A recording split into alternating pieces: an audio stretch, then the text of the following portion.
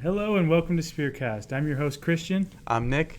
And we're back for episode number 6. Today we're going to cover many things such as football, cross country, and other sports events that happened over the weekend.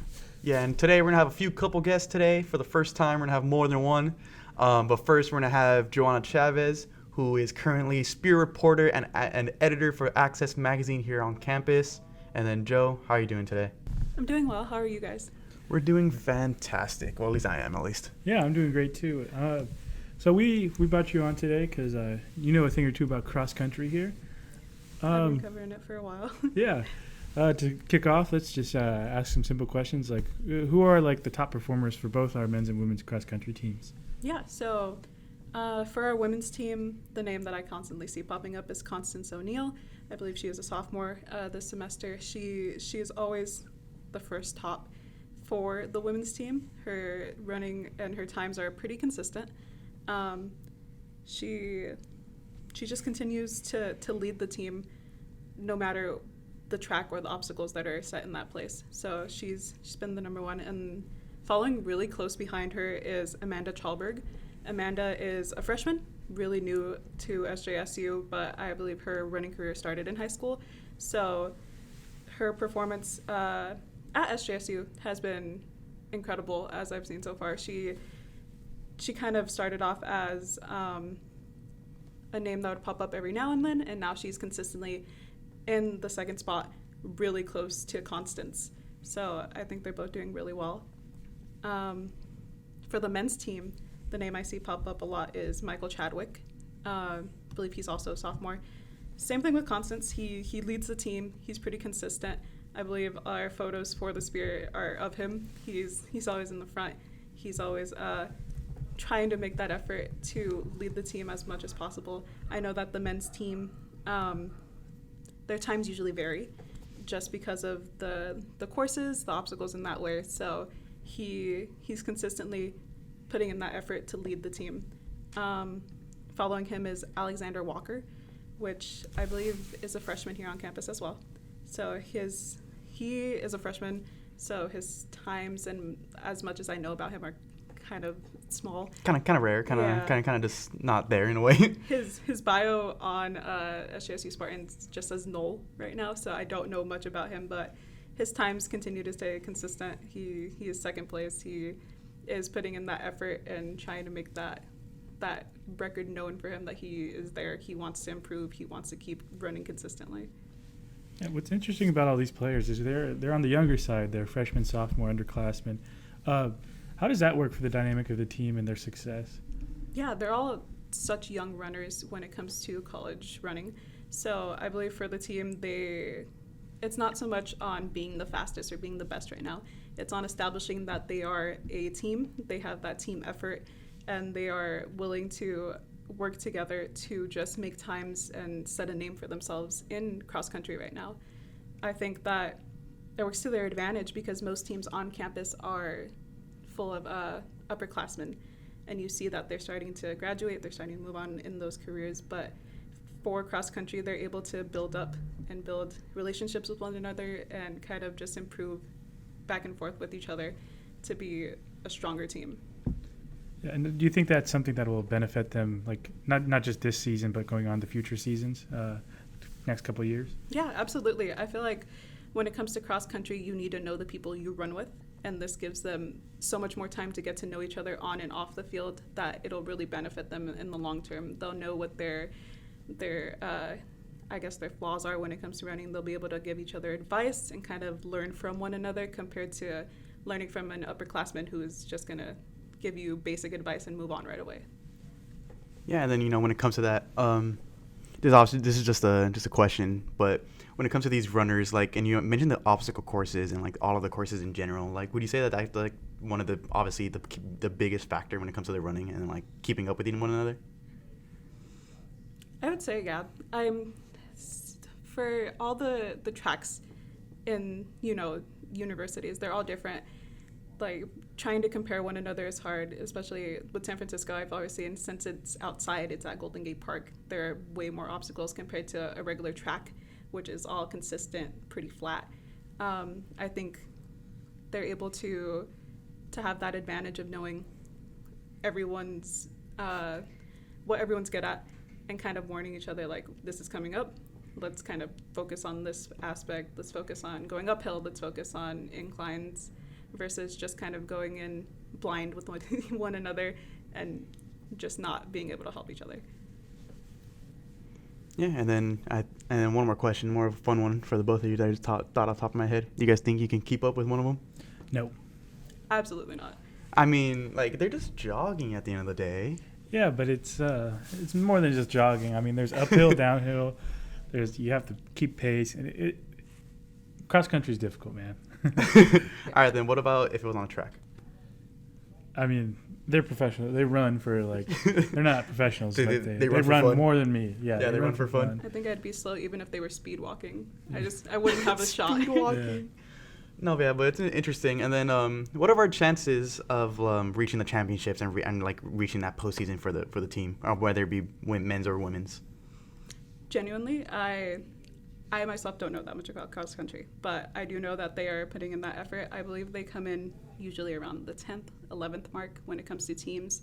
It's pretty consistent that they've been 10th, 11th, 12th, and they've been varying in there. So I don't know the aspects of that yet. So, but I think for the most part, I think it goes based off of points. Depends on where your runners finish. Yeah. And so I think that like 10th, 11th. I mean, obviously you're still getting points all around. Mm-hmm. So they could easily be beating out all the other schools in terms of points. So I think, I mean, just going based off of that, we have 4 top runners, both two on each men's and women's. So I think we have a pretty good shot at it at the Mountain West Championships. And it sounds like the future is really bright for cross country here on campus. Yeah, because I mean, we still have a young team, and then obviously like the team is only growing one way or another. So, well, I mean, we're gonna see how the cross country ends up putting out. Yeah, regardless of whether or not they make it this semester, I do have faith that in the long term they will dominate the cross country field. They're rebuilding. That's a good statement. Yeah. Yeah. All right, well, Joe. All right, well, we appreciate you coming on, and we appreciate your little insight to the cross team that you got for us. We very much appreciate you. Yeah. Thank you. Thank you. All right, cool. Thank you. All right. And again, we want to thank Joe or Joanna for coming on the podcast today. It was very much appreciated with that little insight of cross country that we got, which this is our first time talking about cross country, isn't it? Yeah, and I think it's interesting because, I mean, that might be something we continue to talk about more and more throughout this season and maybe next season. I mean, they're a young team, and they're... Yeah, because, I mean, obviously they're going to grow. Yeah. I mean, evolve as runners, evolve as people. Yeah. Obviously, like she said, they're only freshmen and sophomores, so, I mean, there's still plenty of time for them to, do great. Yeah. And then what do you want to talk about next? Well, I mean, like it was said in that one movie, that one baseball movie I can't think of, Tom Cruise. It's if you win 2 games, the win streak. Yeah. And they haven't seen that in a while, so let's talk about football. All right. And today for football, we have a special guest, Aaron Johnson. Welcome in, Aaron. How you doing? I'm doing great, man. Thanks for having me on once again, and I'm just ready here to talk about our big win against Utah State on the homecoming game. Yeah, the big win. I mean, all those events leading up to it, so it better have been a big one. I mean, Yeah. Of course it was, but Yeah. A very much a much-needed win, to say the least. You want to, let's start off. I mean, we haven't beaten Utah State since 2008. That was really important. And then we were tied on that one record before, like how the Utah State's people told us. Yeah. We were 20-1. So we broke the tie. Let's go Spartans, right? Do you want to give us a little insight? You were there at the game, actually. So. Yeah. I mean, it started off kind of rough. I mean, we had a very solid first drive. We were able to score. Quali Conley was able to punch it in for a rushing touchdown at the beginning of the game. Yep. But then the turnovers started. Like Utah State, they had a quick kick return and fumble immediately, and then we recovered it. Then I believe Chevin was on a QB power fumbled. Yeah. And then also Kyrie Robinson had a fumble. So at the time of the half, it did not look like we were going to have this one wrapped up. No. But thankfully, we came out strong defensively in the second half. We only allowed 7 points, and the last touchdown we allowed was in garbage time, and we just dominated really on both sides of the football. And I will say our passing game did not really get going early on, but we were able to find some rhythm later on in the game. But Kyrie Robinson did fantastic, and he broke the Mountain West record for most consecutive games with a rushing touchdown. He's now got 7. The previous record was 6. How is that just seems like such a low number for a record, in my opinion. It was consecutive, though. Okay, now that makes sense. Yeah. Yeah. I mean, they've kind of found their identity Mm-hmm. at this point in the season, I feel like. It's a little late, but it's not too late, right? Yeah. We're still bowl eligible, possibly. So, I mean, running the ball works for them, and it opens up things for Chev in the pass game. open up the play action. Yeah. What else did you see? Anything? Well, I have to talk about this. This was a big storyline about Charles Rogers. Let me just pull it up. Of course. Let me just pull him up right here. So basically he was a walk-on middle linebacker after he transferred out of San Diego State, and he was basically, I could have this mixed up, but he was playing fullback at San Diego State, and he didn't want to play fullback anymore, so he transferred here and then walked on as a linebacker.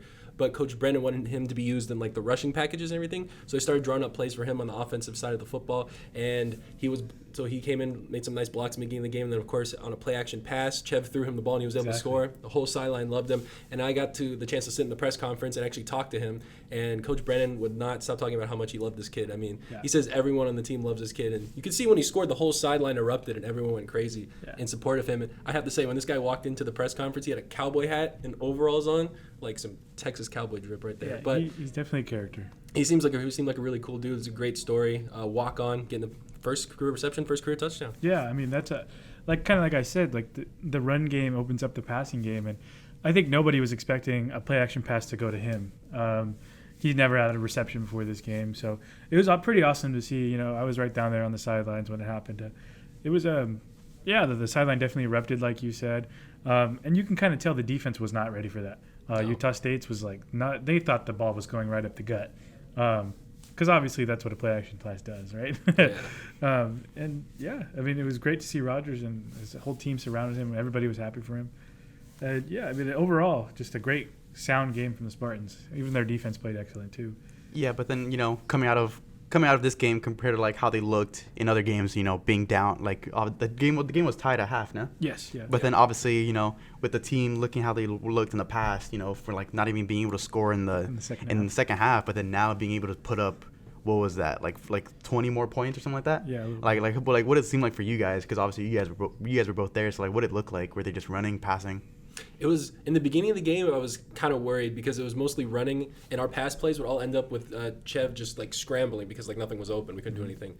But towards the end of the game, Kyrie Robinson definitely got going, and Conley looked amazing too. But we got some passing lanes open at the end of the game. We started throwing it a bit more, but I'd say it was more of a run dominated game because I don't think Chev threw like 119. I believe. Yeah, that sounds right. Yeah.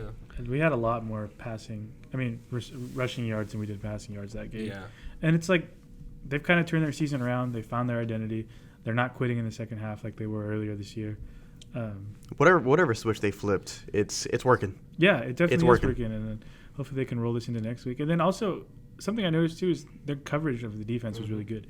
Utah State, you want to go with that, Aaron? Yeah, sure. So Utah State actually coming into this game had two receivers in the top 5 in receiving yards in the whole Mountain West Conference. It was Jalen Royals and Terrell Vaughn, 2nd and 5th respectively. And our secondary played absolutely phenomenal, shut them down.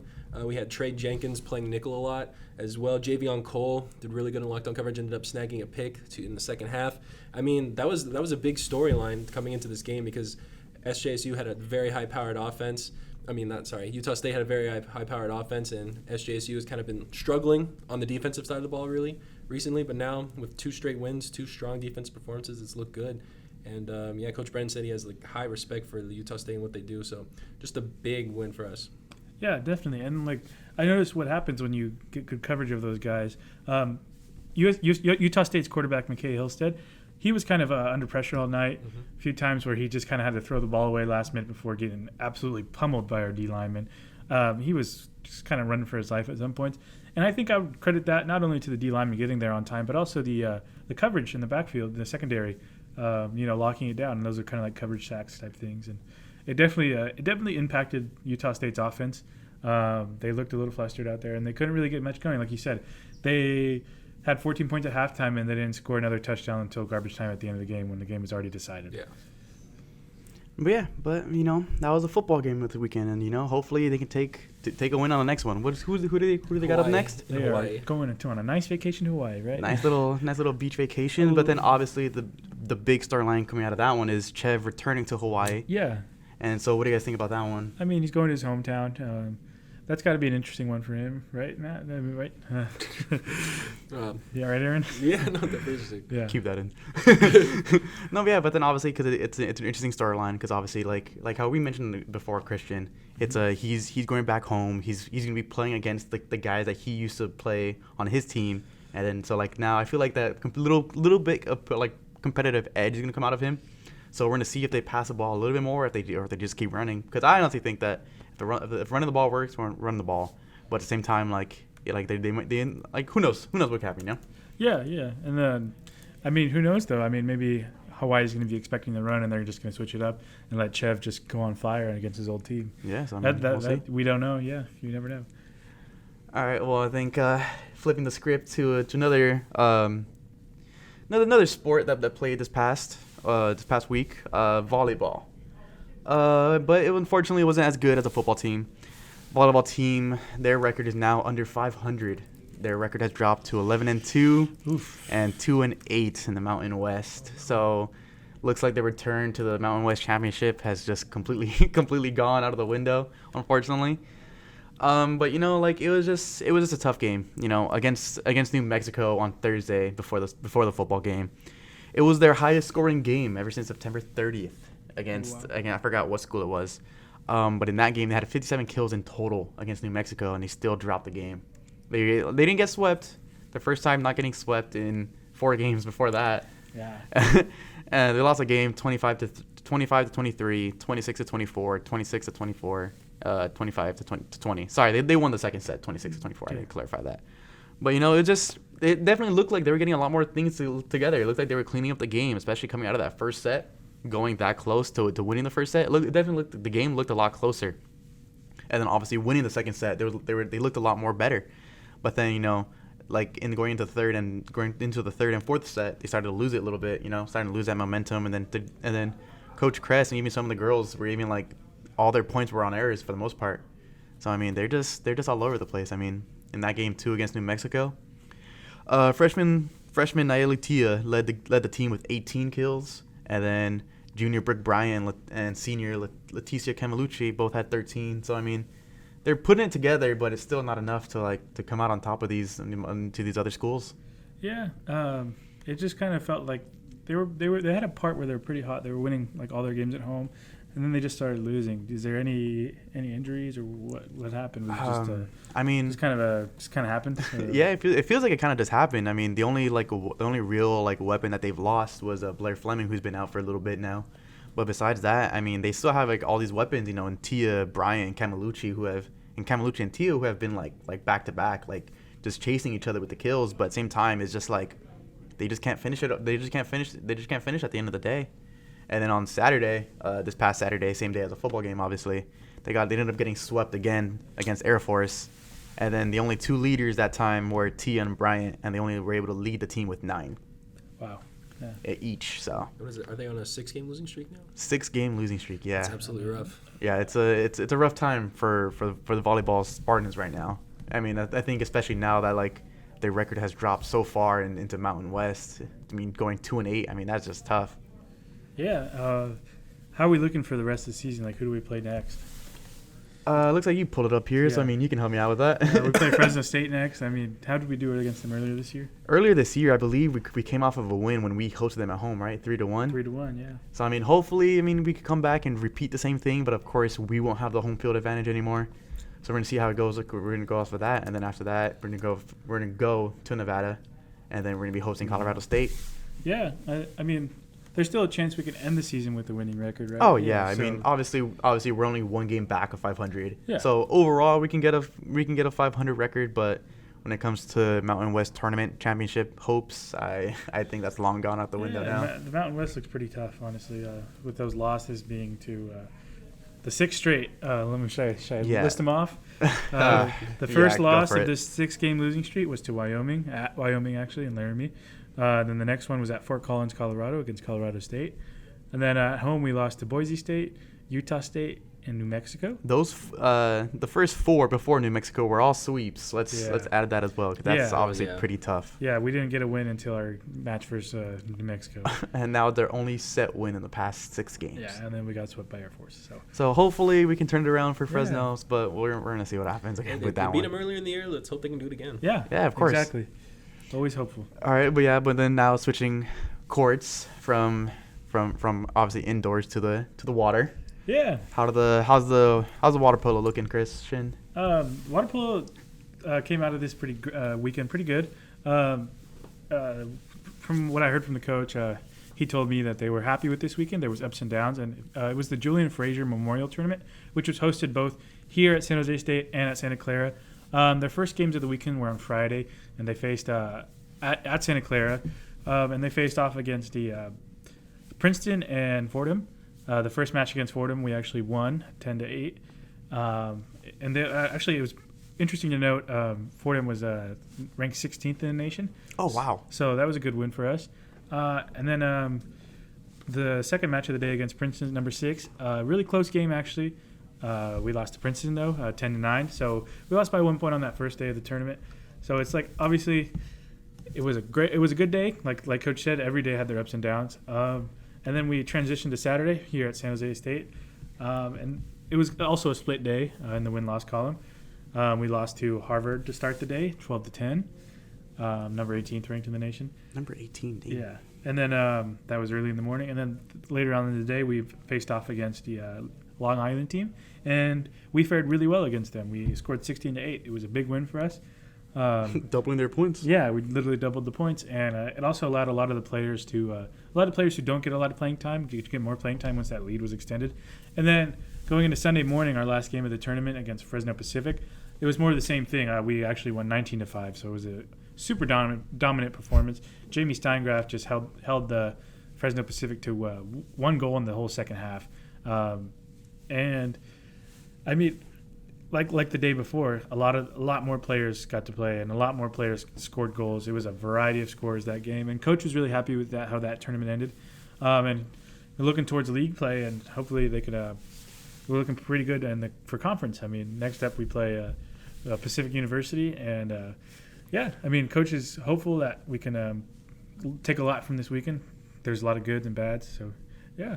Yeah, but then it's also good to note that while in this tournament, we were ranked number 14 before that loss to Harvard. Yeah. So we're a nationally ranked team. We just keep bouncing in and out of those national rankings. I mean, even then, like you mentioned, that Harvard loss was barely even a loss. We only lost by 2 points. Yeah, those losses were close, and a lot of these games weren't like we came back at the end because they had the lead the whole time. A lot of these games, even our losses, where at some point we led, at some point we were tied.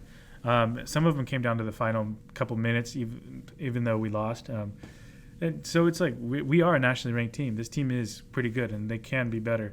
But they just have to iron out some stuff on the defensive side of the ball when it comes to playing these highly competitive teams. Yeah, so we're gonna see if we can finish hopefully at a national rank. Finish the season, come off, go to that tournament, and then hopefully win it all. Because like you said, this team is a nationally ranked team. Yeah. You got anything to add, Aaron? I just have I don't mean to put you on the spot, but I just have a question. I don't know if you are familiar with how this tournament works. Because it seems like we played and then we lost twice and then we won 2 games to finish it out. Do you know how the format works? Is it an actual tournament, or is it just put together as a? I think it's just games? put together Okay. games is what from my understanding of it. Yeah, and towards them and down. Yeah, it's like the audio's pretty fucked. Oh, actually? Yeah, Has it been the whole time? a little bit, but it's fine. Okay. Why is it too loud? Yeah, just low. Then you can I just can pick cut up this Aaron. out. Yeah, you can just pick it up, Aaron. Oh wait, but he asked me, right? Yeah, I did. Okay, yeah, I'll pick up from Yeah. there. Yeah, this game was. This tournament was just like a kind of a mishmash of different teams. There was a lot of different schools here. That A lot of East Coast schools for some reason. Yeah, Yeah. definitely. And there were schools that we didn't get a chance to play either in our conference. And like Pacific was here. The University of Pacific, who we actually play next week. So yeah, there's a lot of different schools here. So hopefully going for these 4 more games left in the season against Pacific, Pepperdine, Loyola, and Cal Baptist. Hopefully we can come off and reach that WCC conference championship. Definitely. Yeah, I think that's eyes on the prize type thing. Yeah, of course. That's the mind of the team. That's the mindset. And then obviously, unfortunately, talking about losses again. Unfortunately, our women's soccer team lost their chances at the Mountain West Championship with their loss, unfortunately. Yeah, too bad. I mean, it always sucks to see a team lose on senior night, especially losing those guys. Lose those girls. And, because obviously the men still have a chance, depending on how these last few games. It's coming down to the wire for the men's. Yeah, definitely. But, it sucks to know that, like, the women's, it just sucks to know that, like, they're just completely done, essentially, now at this point. Yeah, I feel like they're on a stretch, like, similar to the volleyball team. Like, they started out the year pretty strong. Yeah. They ties against good teams, draws, and a couple wins, and then I feel like the losses just started piling up towards the end of the year. And it's unfortunate to see because, they were coming off the Mountain West Championship last season, had high expectations for this one. It just seems like they came a little short. Yeah, so we're going to see how everyone else turns out. But, of course, like I just mentioned, the men still have a chance. So we're going to see how that goes. And hopefully, hopefully end up being something well. Yeah, definitely. All right, well, I don't know about you two, but, now switching to collegiate, obviously we got postseason baseball still going on right now with the Astros and Rangers going into, Game 7 it is right now? Yeah. Yeah, and then also the Diamondbacks just forced a Game 7, too, winning 5-1 over the Phillies. So This postseason has been insane so far. Yeah.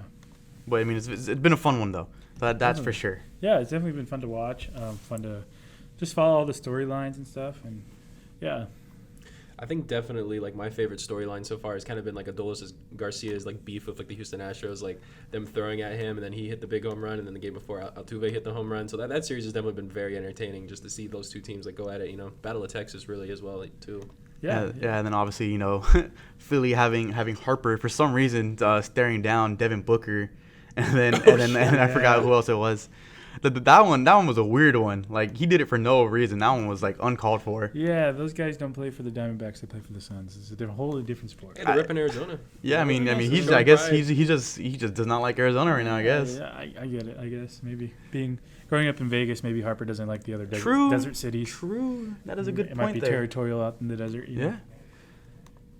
And also there's been some interesting things going on too with the Astros. That one player got suspended, right? Yeah, he got suspended, but then the league push it back until Next 2024 season. Yeah, it's weird. That makes no sense. Like, isn't he's a reliever, right? Mm-hmm. Yeah. So that means he could still come back and, like, obviously still pitch in a game. But to me, that just makes no sense. Like, if he's getting suspended in a playoff, like, serve it in the playoffs. Right. Yeah, especially if his actions are something that he did in the playoffs. Like, it's going to be like a much bigger impact on, like, the Astros season. Like, the first 2 games of the season, like, he might not even pitch. Like, they might have, like, a pitcher can go complete game. Like, he might not even be scheduled out the bullpen. But, like, if he misses 2 playoff games, like, that's a huge impact because then they're down an arm.